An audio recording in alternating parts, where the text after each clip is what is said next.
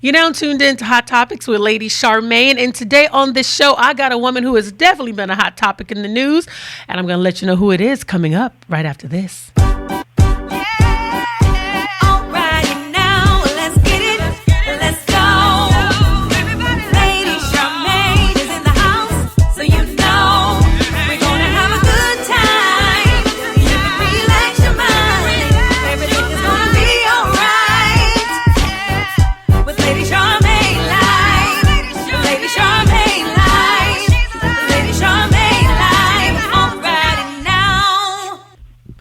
My guest today has appeared in 3 #1 feature films like Think Like a Man, Hotel Transylvania, and even Taken 2. And most recently, the Oscar-nominated A Star is Born. Help me welcome to the Lady Charmaine Live Show, Bay Area native Miss Lunell. Welcome to the show, Miss Lunell. Miss Lunell, you there? I'm here. There you go. Welcome to the show. Hi. She say hi.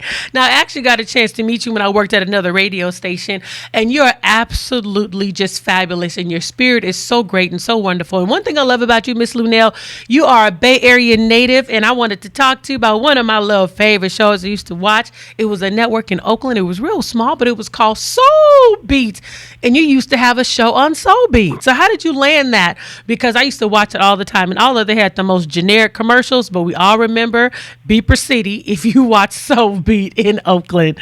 So what was your experience like working in Soul Beat and now, looking at where you are today as a comedian? Well, you know what's so funny is that when I was, and hi everybody, first of all, and good morning. Try to be safe out there in this rain. What was so funny is, first of all, Chuck Johnson, I give most of my television experience credit to Chuck Johnson. He found me and saw something in me and brought me into the Soul Beat family.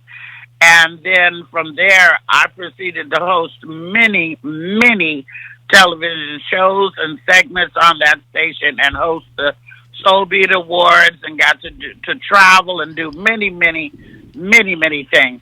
Just like rappers did in the early days of Def Jam and early days of Bad Boy and all that.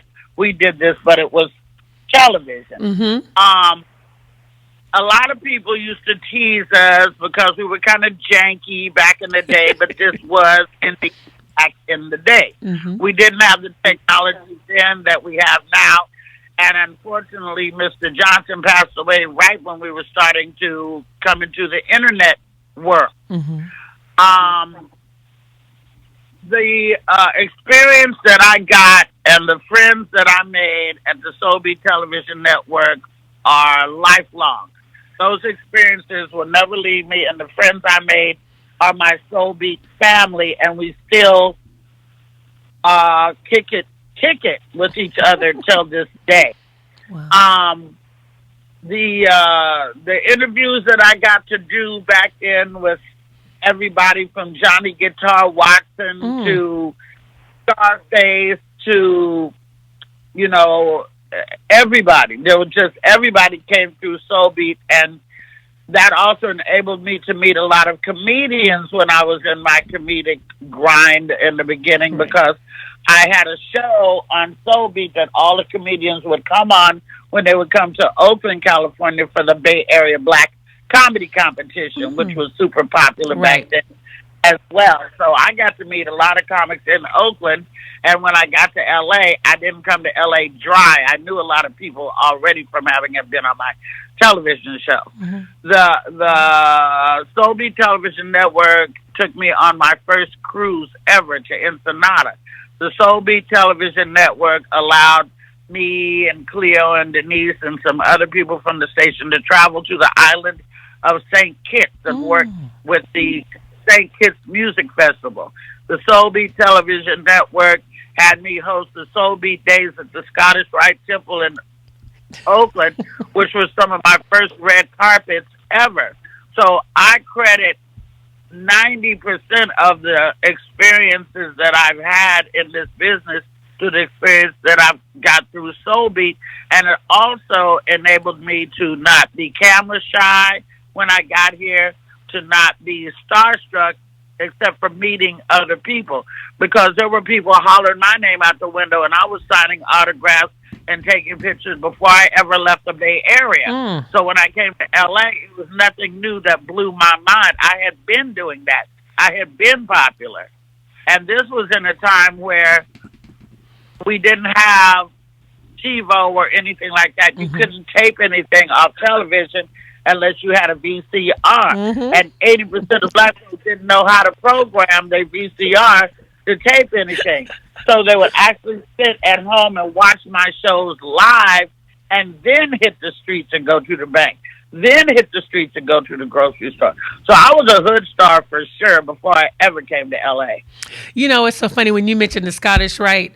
I actually got married in the Scottish Rite right there in Oakland. So, I mean, just going back and I sure did. I got married there 21 years ago. My wedding and reception was in that building. So you just brought back some good old memories. So thank you so much for taking us through your history on Soul Beat. I know many people are watching from the Bay Area, and a lot of people go back and watch. And we all know Miss Lunell from Soul Beat. So thank you again so much for just sharing your talent with us and to be a... Actually, Charmaine, let me interrupt you. You did the Soul Train sound for the Soul Beat television network. You did Soul Beat. I sure did, didn't I? Ours was like Soul Beat. That's right. Number one. So that's what that was. I sure did do that. And there was an old school commercial. I don't know if you remember the commercial, the gentleman, and he used to sell chitlins. And that was the first commercial I ever seen that anybody ever talked about chitlins, but he called his chitterlings. I don't know if you remember that commercial that was on Soul Beat 2 back in the day. But, excuse me. If I did, I would lie and say I don't remember. Okay. But now you have been booked and busy. You are literally coming off the heels of the Oscars. You were in an Oscar-nominated film, which was A Star Is Born. And I was watching one of your vlogs, and you were talking about how you was hitting 3 or 4 parties a day. What was that experience like for you to be in an Oscar-nominated film and to be invited to all of these parties where you were so busy, but you were making sure you attended every one of them? Well, I'm going to credit a lot of that to my publicist, Melissa Bennett, who actually grinded very hard and able to get me into a lot of these events. Now, mind you, this is not my first Oscar-nominated film that I've been in. Okay. I was in Borat. Borat was also nominated for the Oscar, but people don't remember because comedies never win. And black folks were really late to catch me in Borat. Borat had been out probably 3 years before black folks really realized what it was. Also, when I did Borat, I had to sign a gag order to where I actually could not tell people that I was not a prostitute, so that I wouldn't ruin the integrity of the film.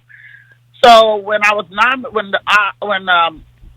was nominated for the Oscar, I wasn't able to go to any of that because I hadn't done any publicity. Nobody knew who I was, and they weren't accepting me. The only thing I got able to go to was the Golden Globes, and I wasn't in the big room. I was in the spillover room, which a lot of executives and a lot of people were there. It was located in the same hotel as the broadcast, but I didn't get to do half of the stuff that I got to do this time, and that's because I have a relationship with Bradley Cooper on a personal level.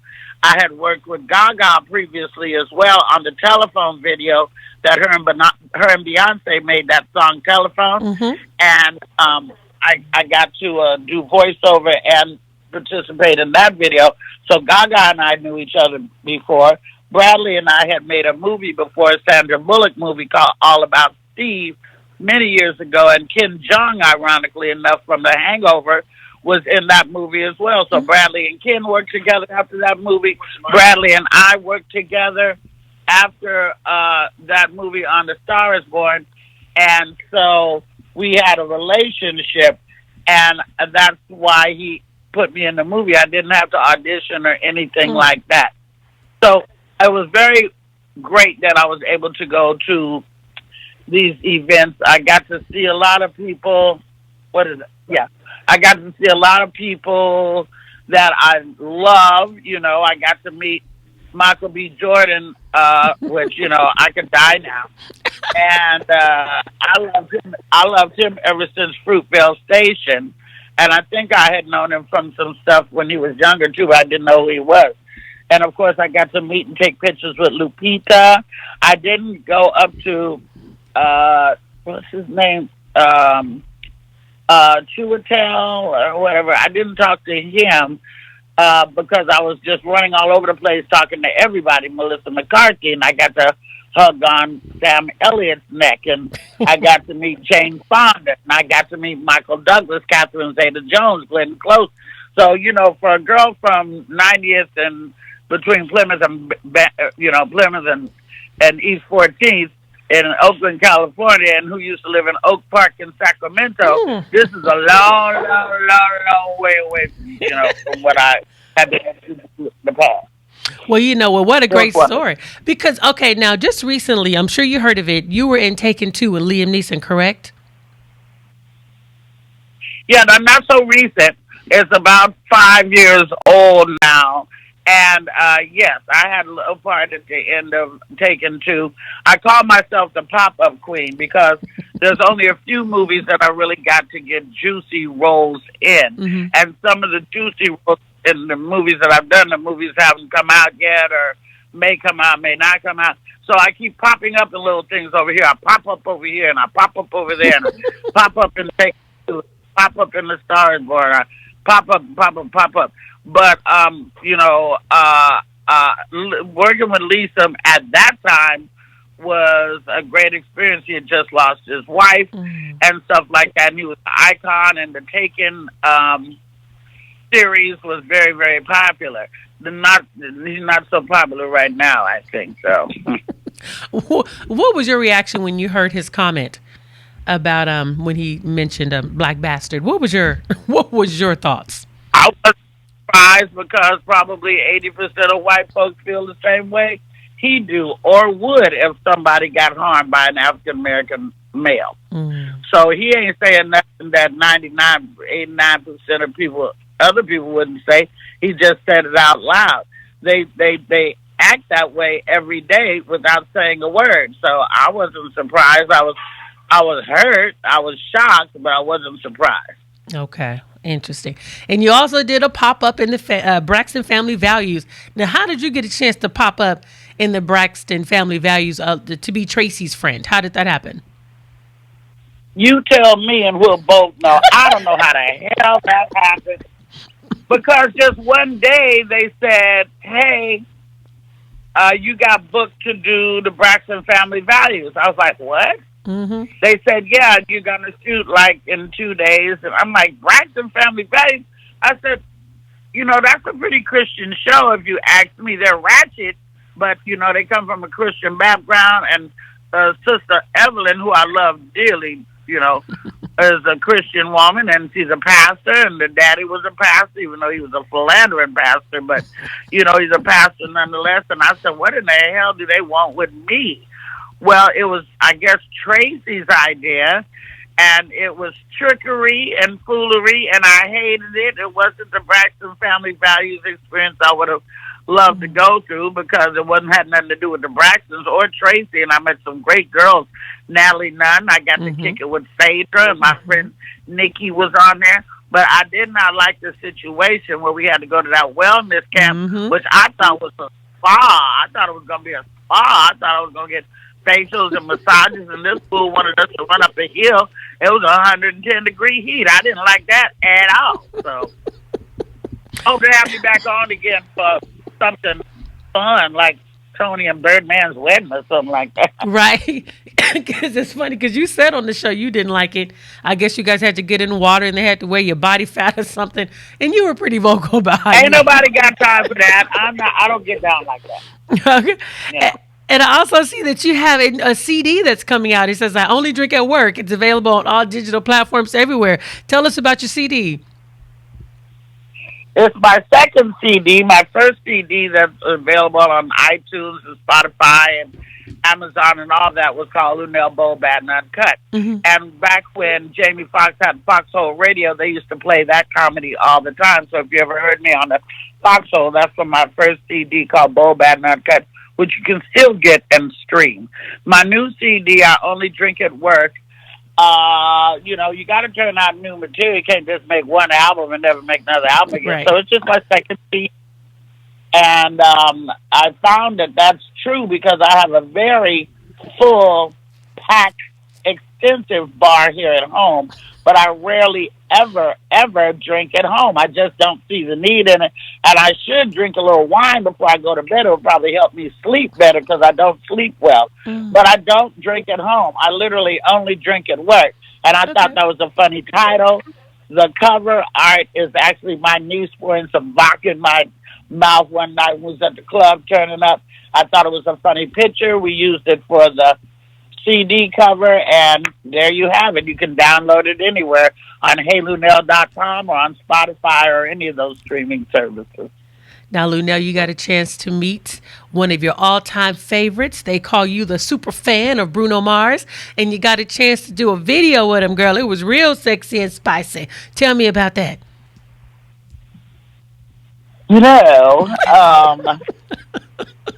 People who know me know that I love Bruno. I love Bruno for several reasons. I don't know what it is about these little guys that I adore them so much. All the way back from Sammy Davis Jr. I love Cat Williams. He's a little guy. There's Kevin. He's a little guy. I love Bruno, and Bruno's also very talented like Prince was. He plays many instruments. He writes songs. He is a great performer, lots of energy. He performs upbeat, happy music, not talking about bitches and hoes and bling and whips and all that stuff. So I don't need to hear any more of that, even though I'm not, a prude. I'm just like, come on, And so I've been a fan of Bruno's for a very, very, very long time. I even play his music, personally, you know what I'm saying, in the car and stuff like that. And so he was coming to, thank you, Annie. He was coming to, oh, that looks good. My husband just made me breakfast, girl. Yay. So if you hear something in my mouth, I'm sorry. But he was coming to the forum, and I just made a video on Instagram. I addressed it to him and said, Bruno, I'm going to be coming to your show, and this is me, Lunell. I'm a comedian, and blah, blah, blah. And I just want you to know that I am going to be trying to get backstage to meet you, so you may as well tell your security to look for this face right here that I'm coming to meet you. Mm-hmm. So Bruno, a lot of people tag Bruno in the video, so that he couldn't ignore the post. Mm-hmm. And he reposted it on his page. It got over 500,000 views and stuff. And then my publicist in New York was able to get in touch with his road manager, and the guy gave me tickets and free backstage passes. So when we went to the concert, we sat with the family. I sat in front of Bruno's sister and brother-in-law, and her name's Tahiti, and his niece and nephew. And then the guy came and got us and took us backstage, and Bruno came into the room, and he was everything I ever wanted him to be. It was like surreal, out of body, and I was so excited to meet him, and I just wanted to hug him and kiss him. He's so damn cute. And then he said, let's do a video. Oh. And I said, okay. And he said, yeah, because you don't think that I could meet a big celebrity like him for the first time ever and say, hey, do you think you can get your guys to shoot a video of us, and you got your guys to post it and edit it and get it back to me in 24 hours? I couldn't do that. Right. That was all him. And so he said, let's make a video, And I said, okay. And he was like, stand over here, let's do this and do that. And I said, okay. He didn't do nothing. He just directed me. Mm-hmm. So then the show was getting ready to start. Boys to Men was already on stage. And he said, okay, you'll have the video and the pictures we just took tomorrow. Mm. And I was like, oh, my God, okay. So all day long we waited. We waited. And finally my daughter called, and she said, it's up. And there was the video. Okay. And that was crazy. What a moment. Yeah, it went viral. I mean, if anything could go viral, that did. What a moment for you. And your name has been popping up in the media. Your boy, Cat Williams, ended up going to the show in Atlanta, Georgia. And one of the co-hosts, Wanda, she's a fellow comedian. And them two began to go back and forth. And he began to talk about, of course, Tiffany Haddish, because this went viral. He talked about Tiffany Haddish, and he brought you up as one of the great comics. How did it feel to know that Cat Williams looks at you as one of those great comics, because he had a reaction because of Tiffany Haddish? Because you also had, I want to go back later on and talk about, excuse me, a comment that you had made before, but the way Cat Williams think of you, what does that, and how does that make you feel to know that he admires you as a female comedian and feel that you should even be further along than where you are now, and you've paved the way for other females? Well, Cat and I have been friends since I used to live in Oakland. Mm-hmm. We have a child. His son and my daughter are the same age. Mm. We used to go to the swap meet, the Durant Center swap meet, and look for shoes for our kids together. Back when I didn't have no good transportation, he didn't have no good dental work back at that time. Everybody knows that before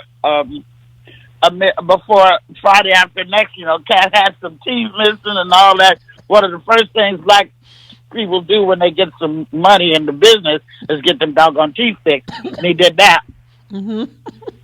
And when Cat went on his very first tour, much to my surprise, he reached back and got me, and we went on tour together. Mm.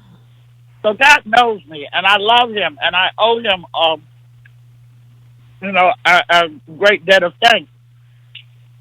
So I wasn't surprised to hear him talk about me in that way. Mm-hmm. We have a long history, and I just was very, very happy that somebody was giving me a pat on the back and some acknowledgement. Everybody likes that, Now, talking about jumping the line, excuse me, if everybody's watching, most people know that I'm getting over this virus, so I'm going on week 4, but I'm trying to get over this thing. You had made a comment because he was talking about females jumping the line. And I remember you were very open about one fellow reality show basically jumping the line because you had to grind to get to where you are today. And I remember I watched a post of yours and you were talking about how long it takes to get on some of these stages and platforms. And you talked about paying your dues. And then there was a fellow reality star who decided to jump into the comedic world and landed on stages that took people like you years to get on. And because they had a reality show, they were able to jump on those stages and platforms. Do you still feel the same way when you see people coming up and they haven't paid their dues and they're able to jump on platforms that took you years to get on? Or do you just say, you know what, if that door opened for them, then so be it? How do you feel today? Well, I'm a human being, and it hurts, Mm-hmm. of course, because you work so hard, and then when the payoff can be great for your hard work.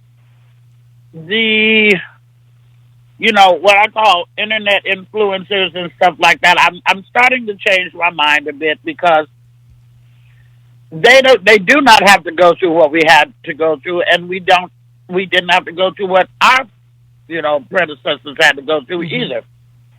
We haven't had to work through Jim Crow. We haven't had to work through that type of racial discrimination, even though it still remains today, but not the way that it was. Right. So every generation is going to have it a little easier than the generation before them, I guess. Mm-hmm. But there's something to be said for hard work, dedication, and a grind. There's beauty in the struggle. I say that all the time. When people get things easy, they don't tend to hang on to them easy. And I know that nobody there is looking 30 years down the road because they're all young and exciting. And I wasn't even looking 30 years down the road when I started doing my thing. Mm-hmm. I never knew there could be a such thing as a $50,000 payday Mm-hmm. when we were only getting $50 max and a drink maybe and some chicken back when I was working. But, you know, some of the people are very talented and I think will go on to be great actresses, just like Tiffany or just like Just Hilarious and stuff like that. But as far as a stand-up comic goes, I'm one of those. And everything that you do on the internet does not translate to the stage. True. The club owners do not care. They just want to book who's ever going to fill the room because they have to meet payroll. I was swole about that, but there's no loyalty in this game. They got to pay people, and they need to make that money. So I had to get over that. I don't like people who are in this for a money grab because this is my church. This is my art. I don't think you should do stand-up comedy or any art unless you feel like you would die if you didn't do it. Because, you know, I have to do this. This keeps me from, like, shanking people in the street, you know, being able to go and voice my opinions and stuff on stage. And I think that sometimes when they get booked in these clubs, the audience gets excited to see them, but after 15 minutes, they get sold short because they're like, hey, they're not as funny as I thought they would be. But it's too late now because you haven't paid your money and stuff like that, and the club is indeed able to make payroll. We will see what happens, you know. I'm sure that the OG rappers feel the same way. You know, if you got lyricists like Busta Rhymes and lyricists like Ludacris and lyricists like LL Cool J, and then you come along with a Travis Scott whose whole act is just auto-tuned, I'm sure that they feel some type of way. So I'm just voicing how I feel, and I don't really care who agrees with it or don't, because I have the right to feel the way that I do, you know, and I'm not the only one who feels this way. I've talked to some legendary comedians who feel exactly the same way as I do. They just may not be as vocal as I am, but I'm from East Oakland, West Oakland, and North Oakland, and I ain't scared of nobody or no thing. So I say what I want to say, and that's what it is. Well, I know that's right. And as a woman who was voted one of the top 25 funniest people in LA, did you agree with your fellow comedian Monique when she requested for everyone to boycott Netflix over the amount of money that she was being offered? Hell no. I didn't agree with the boycott, but I did agree with everything else. Okay. Like, ain't nobody gonna boycott Netflix for nobody. That's just not gonna happen. We're too far gone, too far entrenched, and that's just that. You would have to say something about Michelle Obama for people to boycott Netflix. Right. Now that's when I would do it. But I do agree that we are not getting paid our worth. I agree that we're not being paid what the boys are paid. You know, if you look at the male comedians,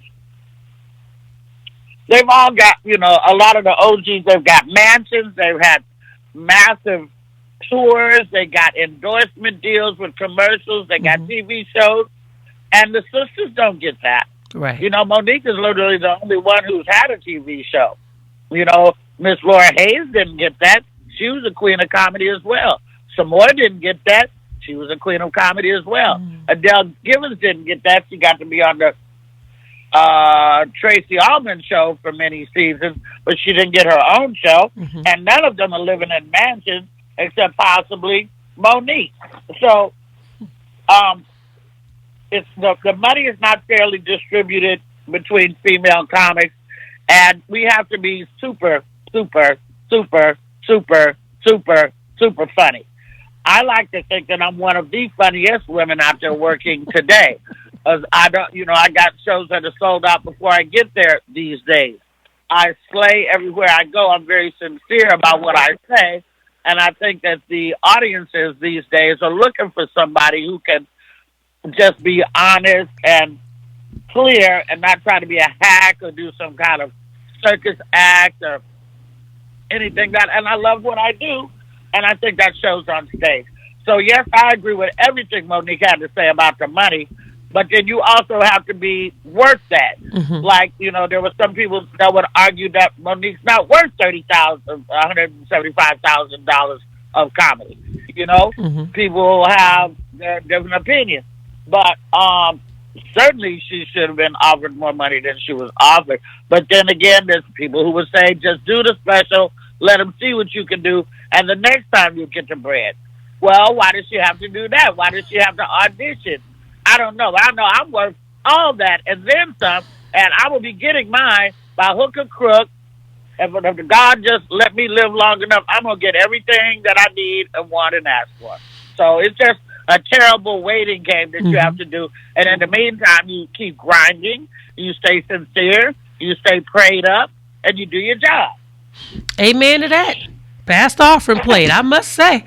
Well, I want to say congratulations because both you and Monique are going to be having residencies over there in Las Vegas at the SLS Hotel. Tell us about that, and when can people go and check you out? Where can they get tickets? Well, we're not going to. We currently do have residencies at the SLS Hotel and Casino in Las Vegas. Very proud to see. If you go on my Instagram at Lunell, at Luenell, or even on my Facebook, the official Lunell, you can see pictures of me in Las Vegas. Mm-hmm. The SLS used to be the Sahara, where Sammy and Dean and Frank and everybody used to perform. So that's iconic. Eddie Griffin is there as well. So the SLS obviously is African American friendly, I would say, and African American, because they have the gangster, Eddie Griffin, there on Monday, Tuesday, Wednesday. Okay. They have another gangster, Monique, there on Thursday, Friday, Saturday. And to wind up the gangster roster, they got me there every Sunday, or almost every Sunday, because some Sundays I'm already booked, and we booked them before the year started, so I couldn't get out of those. So some Sundays I'll be missing at the SLS. You'll have to go on the website to see the dates I am there. But mostly I'm there every Sunday. I couldn't be happier. It's a dream come true. I had two, amazing experiences already this year with the Oscar stuff and with the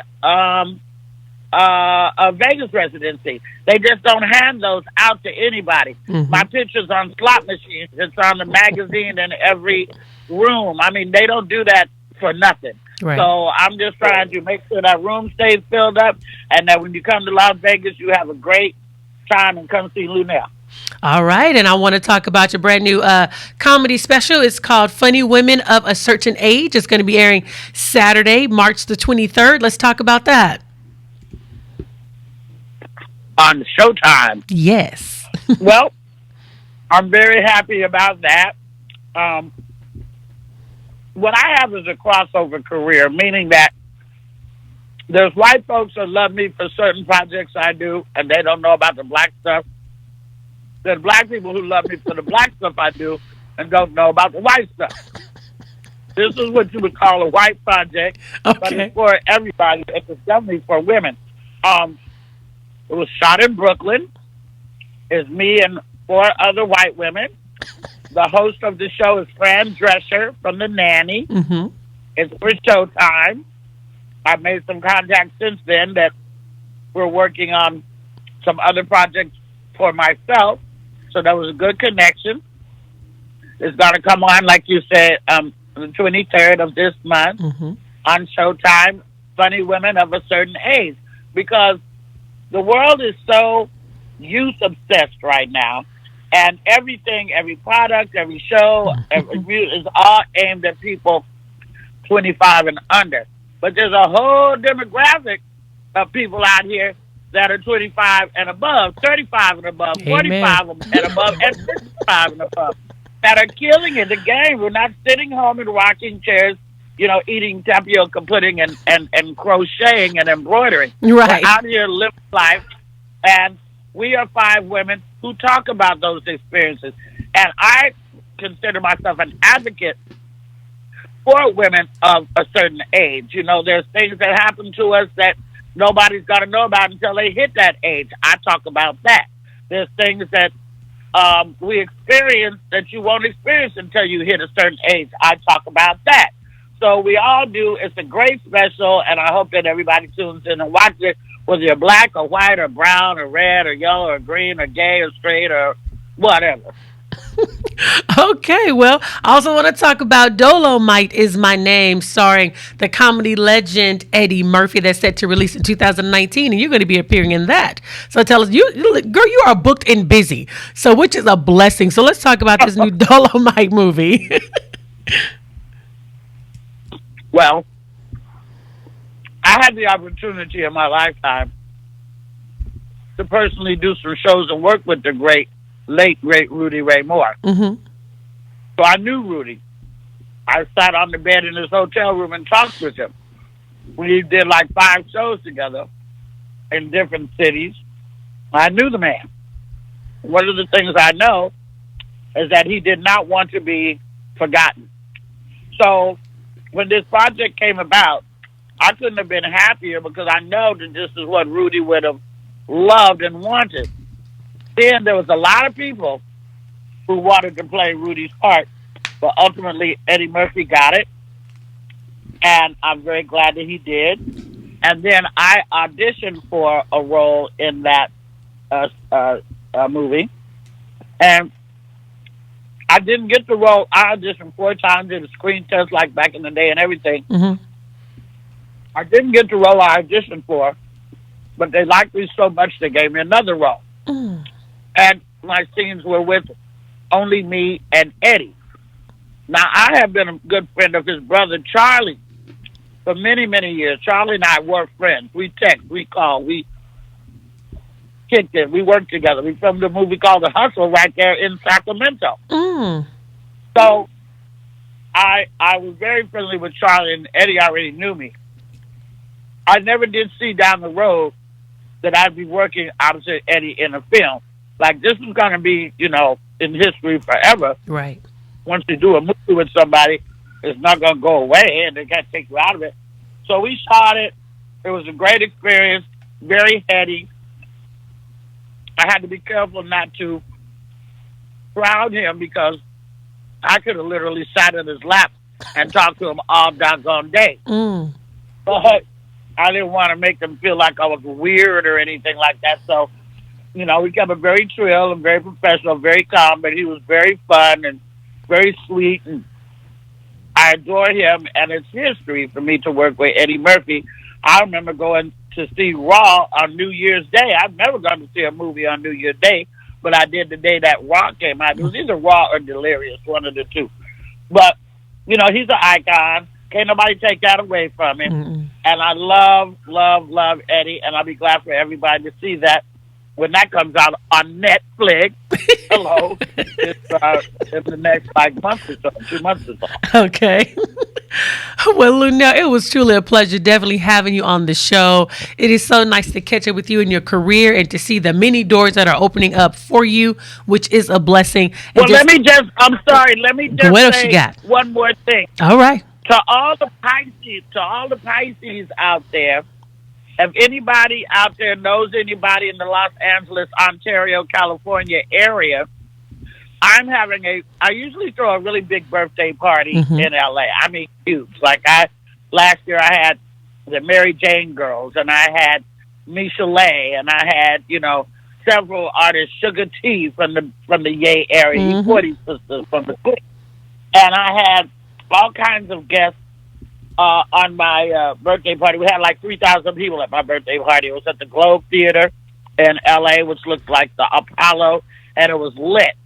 Well, this year I have to work at the Ontario Improv.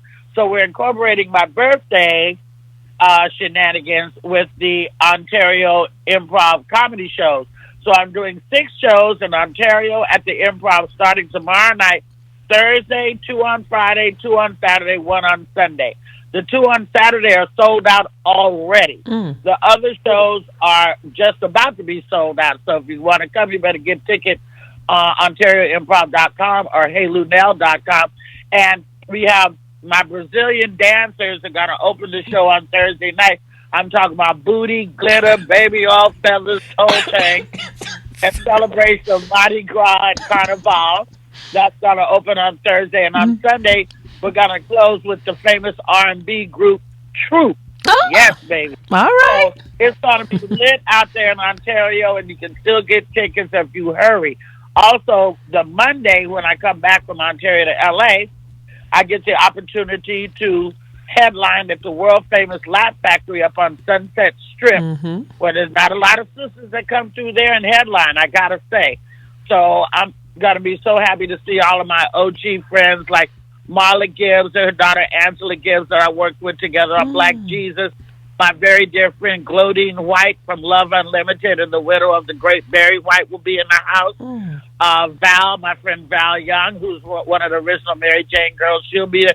So I have a week of very, very fun activities starting tomorrow night. If this rain don't sweep me away. Lunell, okay, through all of that, when do you sleep? And how much do you get? I really only average about 4 hours of sleep a day. That's really bad. I don't sleep often because nothing comes to a sleeper but a dream. All right. I'm on a mission. I'm on a grind. And I would say to anybody out there who wants to be in show business, if sleep is your thing, then you're looking in the wrong job category because you do not get a lot of sleep when you grind like I do. There's early morning flights to catch. There's late night shows, and after, personal appearances, there's plane delays. There's long hours on set. So if you're a whiner and you're a sleeper, I hear that they're hiring at the post office. That's all I got to say. Well, with that said, I want to thank the Miss Lunell for coming on the show. Make sure you go to heylunell.com to find out all things Miss Lunell. Don't forget, if you're in Las Vegas and if you're there on a Sunday, make sure you check her schedule and make sure you check her out at the SLS Hotel. It is going to be great. It's formerly, I think you said, was it the Sahara you said? The former Sahara Hotel? It was formerly the Sahara Casino, but it is the SLS Hotel and Casino now, and SLS stands for Style Luxury Service. I found that out last week. Well, good to know. I just want to say, I'm looking at you here on the Facebook, and if this is what you look like, sick. Don't get well. You look great. Why, thank you, because I'm trying to get well. Yeah. Thank you so much, and God bless you for that. Yeah, I'm a sister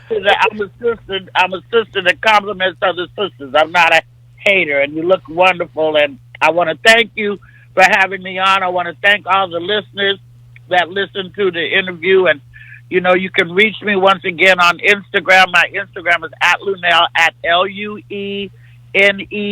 @LUENELL, and my Facebook is the official Lunell. If you don't know how to spell official, don't try to come on my page.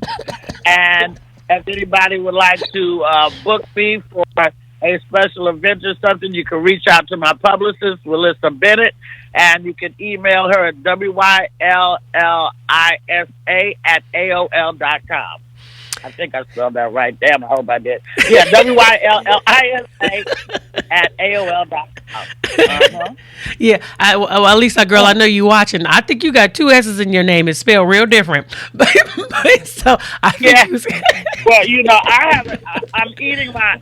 I'm finishing my breakfast, and then I have to go self-medicate, if you know what I mean. And then I'm going to wash this bleach out my hair if I haven't sat up here and gone bald while I get this bleach on my hair. Pray for me that there's something under this shower cap when I go to wash my hair. Well, thank you for doing this interview with bleach on your hair. I pray that you still have some after this interview is over. So I want you to go wash that out. And God bless you, Lunell. Thank you so much. I usually color my hair different colors. For my birthday 2 years ago, I was pink. Last year, I was leopard. This year, I may be bald, so we'll see. Don't blame it on me, though. Yes, I will. Well, girl, I love you, and thank you for coming on the show. So my name made me go off. All right, thank you, girl. I'll talk to you. Bye-bye. Oh, yeah. Go ahead. WYLLISA at AOL.com. Okay. Bye, girl. And again, bye. Thank you, everybody. Yeah. And that was Miss Lunell. She is hilarious. If you want to get your laugh on, make sure you go and check her out for her birthday party right down there in Ontario. Make sure you go to heylunell.com and make sure you check her out on Sundays at the SLS Hotel. But make sure you check your schedule because she did say there's some Sundays that she will not be there. She is such a treasure, and I thank God that she represents Oakland very well. I just love her. And thank you guys so much for watching. And make sure you all go and get your tickets again and go check out my girl at heylunell.com.